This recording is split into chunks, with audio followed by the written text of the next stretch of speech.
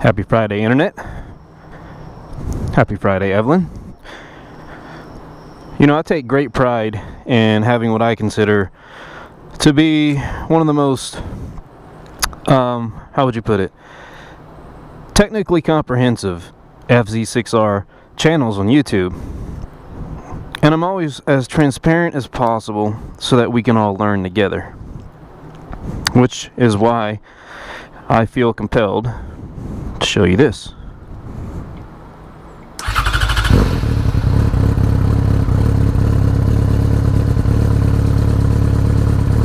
Uh-oh.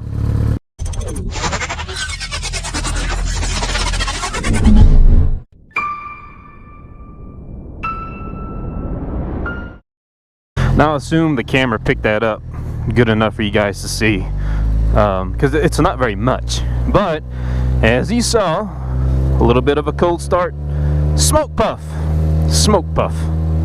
Yeah, so in case you missed it, I recently uploaded 2 hours of footage of me performing a valve adjustment on my 2009 Yamaha FZ6R. In case you missed it, it's right there. But if you're not familiar, catch you up to speed, 58,000 miles on this bike, and that was its first valve adjustment. And everything went quite swimmingly. I didn't run into any major complications. It was a learning curve, of course, but I got the bike back together just fine. I took it for a rip, everything good. Everything's still good, technically speaking, sort of. Also, I got rid of the startup clatter that was coming from the timing cover. Turns out my timing chain was indeed a wee bit stretched, just enough to cause the clatter, so that's gone too. But as you can see, we've kind of developed a new problem, and it begs the question, did I wait too long? Is this what happens when you wait too long for a valve adjustment? 58,000 miles, you get to move in her bits and pieces, right? So clearly oil is getting into the combustion chamber. Well, this has been going on for a couple of days now, and it almost seems as though it's getting a little bit better. Like, that was a very small puff of smoke, I'm sure you guys observed.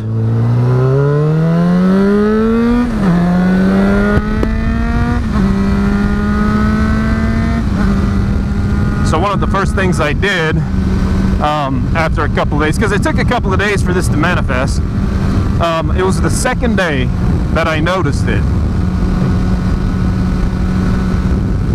So naturally I went in and pulled the spark plugs. Our assumption is that oil is getting into the combustion chamber, and so there should be some sort of evidence somewhere. And that's when I discovered this. Take a look at this picture. So if you notice the spark plug on cylinder 4, now granted these are brand new spark plugs, remember guys, look at number 4, it has discoloration.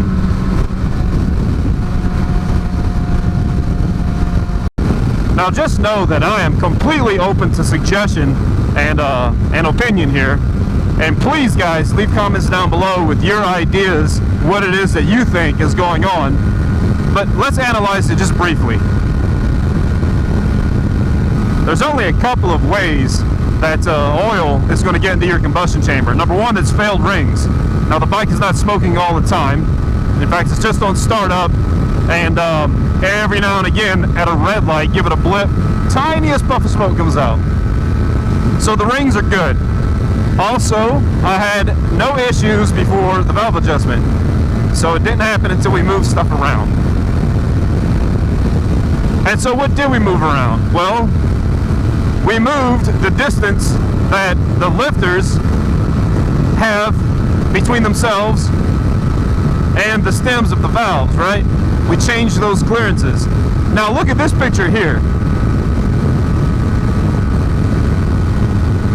So that scorching is on the spark plug in cylinder number 4, right? Well, you'll notice that one of these smallest clearance changes I made in this valve adjustment is on cylinder 4. So that's kind of odd in my mind.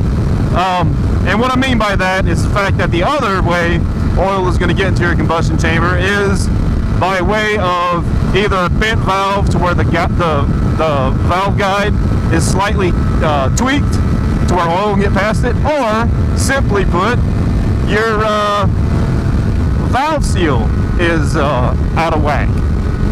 Now it's possible, after talking to a coworker who's been around bikes for a long time, you know, he's helping me try and figure this out. It's possible that that clearance change was just enough to jostle that oil seal loose.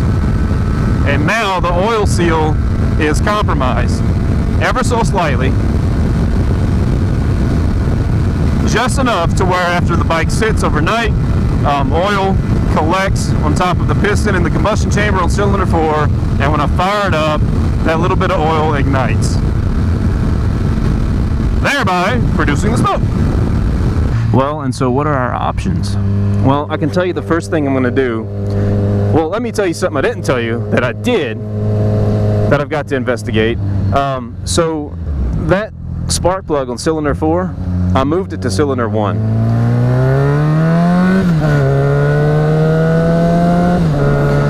And I put a clean spark plug in the cylinder 4. Why? Well, because I want to see if the problem reproduces itself, specifically on cylinder 4. So that'll isolate the cylinder that is the majority, at least, of the problem. Once we confirm that cylinder 4 is the issue, we have a couple of options as far as I can tell.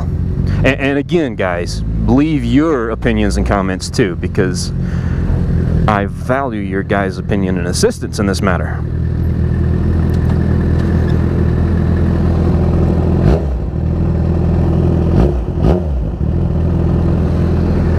You can smell it too. So the first and simplest option we can do is we can put the shims, since it was such a close or such a moderate change in tolerances anyways, we can put the factory shims back in to the 2 valves that we changed in cylinder 4. I mean, in the hopes that perhaps it'll just put the all the original tolerances back to where they were. You know what I mean? Like, it'll readjust the valve stem up to the spot on the valve seal where it was sealed up before. Now, with heat and everything, you would think that's been permanently compromised now anyway, so that might be pointless. Please, again, leave your comment down below. What do you think? The other option is to just go ahead and commit, again, tear it all back down, and just replace all the valve seals under the assumption that it is at least one bad valve seal that's letting oil in, probably on cylinder 4, or we could just change the 2 valve seals, or heck, while we're in there, change the 4 valve seals on cylinder 4.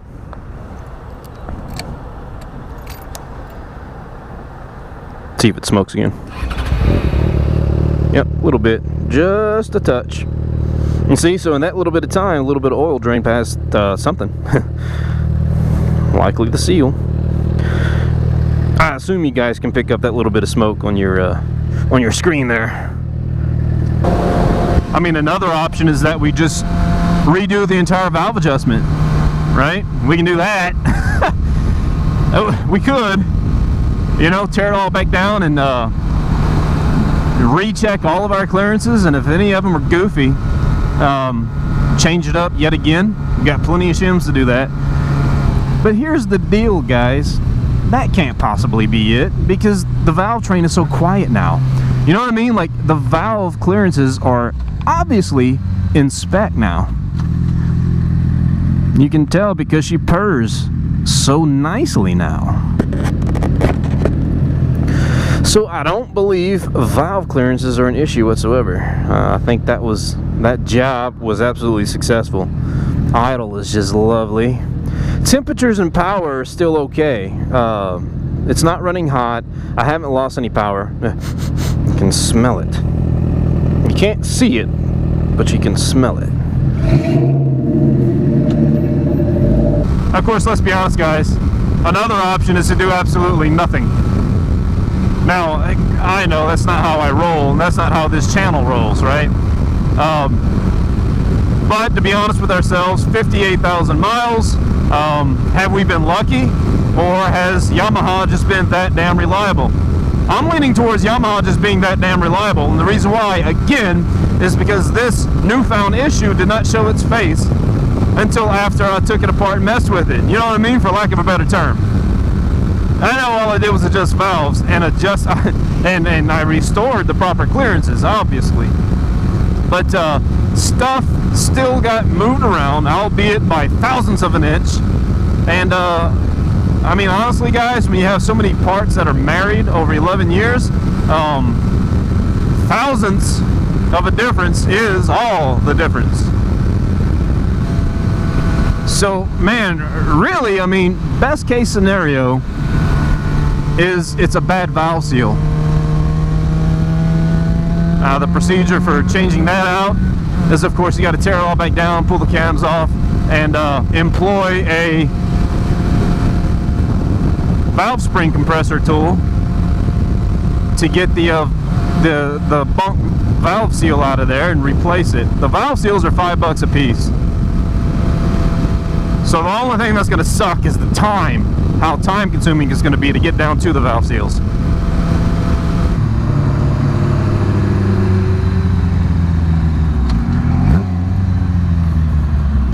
But again, guys, I'm absolutely open to your tips, tricks, and suggestions. So please, leave a comment down below. Tell me what you think. What should we do, man? Should we just re-shim? Should we tear it down, replace valves? Goodness gracious, man. Just so you know, I can get an entire low mileage cylinder head assembly with cams installed for $200 or less bucks. So take that into consideration. And are we even there yet? Are we at that point yet? I don't think so. But again, guys, please tell me your thoughts. And maybe we can figure this out together. But anyways, guys, as always, this has been me, and that's been you. Please, Team HCU, your only hope.